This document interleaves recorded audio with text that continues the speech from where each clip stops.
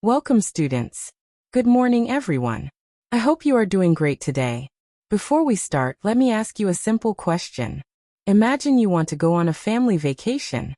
Would you simply leave your house without deciding where to go, how much money to spend, what route to take, and where to stay? Of course not. You would first make a plan, then follow that plan, and finally check whether everything went according to plan. Interestingly, organizations work exactly the same way. And that is what today's topic, corporate management, is all about. So let's begin our exciting journey into Unit 1, Corporate Management, an overview. What is corporate management? Students, when you hear the word management, what comes to your mind? Managing people? Managing money? Managing work? All of these are correct. But corporate management is much bigger. Corporate management is the process through which an organization decides what it wants to achieve, how it will achieve it, and how it will know whether it has succeeded. In simple words, corporate management has three important parts. First, corporate planning. Second, implementation of plans. Third, evaluation and control. Think of it like preparing for your examination.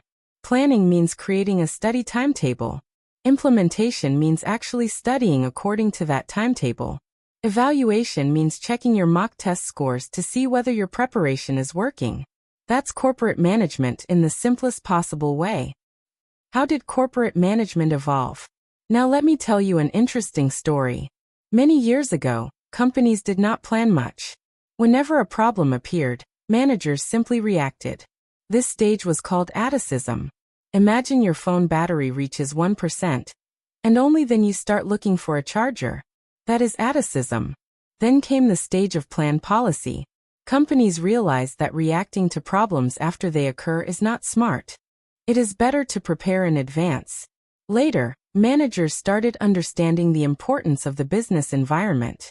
They realized that economic changes, competitors, customers, and technology all influence business decisions. This stage became known as Environment Strategy Interface. Then organizations began formal corporate planning. Finally, all activities such as planning, implementation, and control were integrated into corporate management.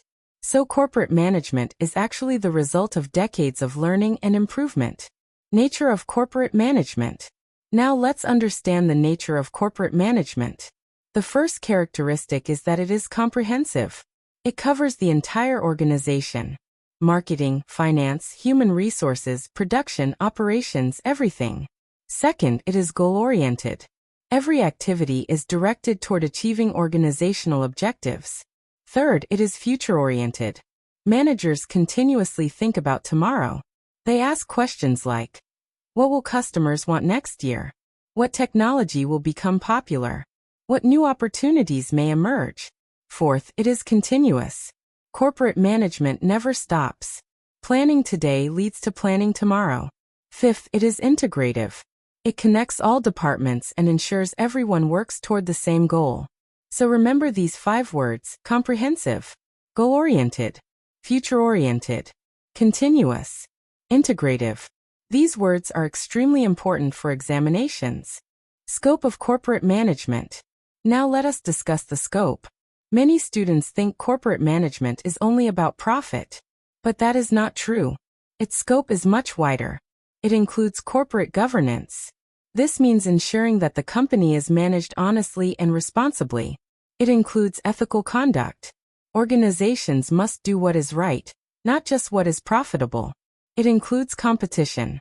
Managers must continuously monitor competitors. It includes strategic enablers such as information technology, research and development, innovation, and knowledge management. And finally, it includes corporate social responsibility. Organizations must contribute positively to society. So corporate management is not just about earning money. It is about creating sustainable success. Corporate planning. Now we come to one of the most important concepts in this unit. Corporate planning. Let me ask you another question. Have you ever started studying one day before an exam? How did that feel? Stressful, right? That is exactly what happens when organizations do not plan. Corporate planning is a systematic process of deciding future goals and determining how to achieve them. It helps organizations prepare for future opportunities and challenges. Peter Drucker described planning as a continuous process of making decisions and measuring results through feedback. In simple words, planning helps organizations stay prepared. Corporate planning process. Now pay close attention because this process is frequently asked in exams. The corporate planning process has 5 steps. Step 1. Strategic intent. This means defining the mission, vision, and objectives. Where do we want to go? What do we want to become? Step 2. Environmental appraisal. Managers study strengths, weaknesses, opportunities, and threats. Step 3. Strategic alternatives. Different options are generated. Step 4. Evaluation. Each option is carefully analyzed. Step 5. Strategic choice. The best option is selected. Let us quickly revise. Strategic intent. Environmental appraisal. Strategic alternatives. Evaluation. Strategic choice. Excellent. Benefits of corporate planning. Why do organizations spend so much time planning? Because planning offers many benefits. It improves resource allocation. It improves coordination. It increases performance. It helps organizations adapt to change. And it develops a future-oriented mindset. Think of planning as a GPS. Without a GPS, you may eventually reach your destination. But it will take longer and involve many wrong turns. Why does planning fail? Now here's an interesting fact. Many organizations create excellent plans but still fail. Why? Because planning alone is not enough. Some common reasons include lack of management commitment, poor participation, outdated plans, insufficient information, and excessive focus on short-term problems. Remember this important statement. A good plan without implementation is just a document. Implementation of corporate plans. Implementation means putting plans into action. This is where strategies become reality. Implementation includes project implementation, resource allocation, structural implementation, behavioral implementation, and functional implementation. Imagine a cricket team. The coach creates the strategy. But unless players actually go onto the field and perform, the strategy has no value. The same applies to organizations. Execution is everything. Behavioral implementation. Students, let me ask you something. Can a company succeed if employees are unhappy, unmotivated, and resistant to change? Probably not.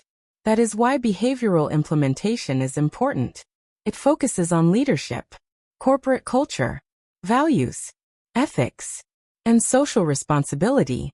A strong leader inspires people to support organizational goals. Without people, even the best strategy fails. Review and evaluation. Once plans are implemented, managers must check results. This process is called evaluation. Evaluation answers a simple question. Are we achieving what we planned? There are 2 types of control. Strategic control focuses on long-term objectives. Operational control focuses on daily activities. Organizations use tools like benchmarking and balanced scorecards to measure performance. Remember, what gets measured gets improved. Approaches to corporate management. There are 4 approaches. Top-down approach. Here, decisions come from top management. Bottom-up approach. Here, employees contribute ideas. Hybrid approach. This combines both approaches. Team approach. Managers work together as a team. Among all these, hybrid approach is often considered the most effective because it combines direction from leaders with ideas from employees. Role of strategists. Who creates and manages strategy? These people are called strategists. The board of directors provides overall direction. The CEO leads the organization. Senior managers convert strategy into action. Consultants provide expert advice. Together they ensure that the organization moves toward its objectives. Why do we need corporate management? The business world is changing every day. New technologies appear. Customer preferences change. Competitors emerge. Globalization creates opportunities and threats. Without corporate management, organizations would struggle to survive. Corporate management helps organizations adapt, compete, grow, and succeed. Conclusion. Let us quickly revise today's lesson. Corporate management consists of planning, implementation, and evaluation. It is comprehensive, goal-oriented, future-oriented, continuous, and integrative. Corporate planning follows 5 steps: strategic intent, environmental appraisal, strategic alternatives, evaluation, strategic choice, implementation converts plans into action, evaluation measures success, and corporate management helps organizations survive and grow in a competitive environment. Thank you, students.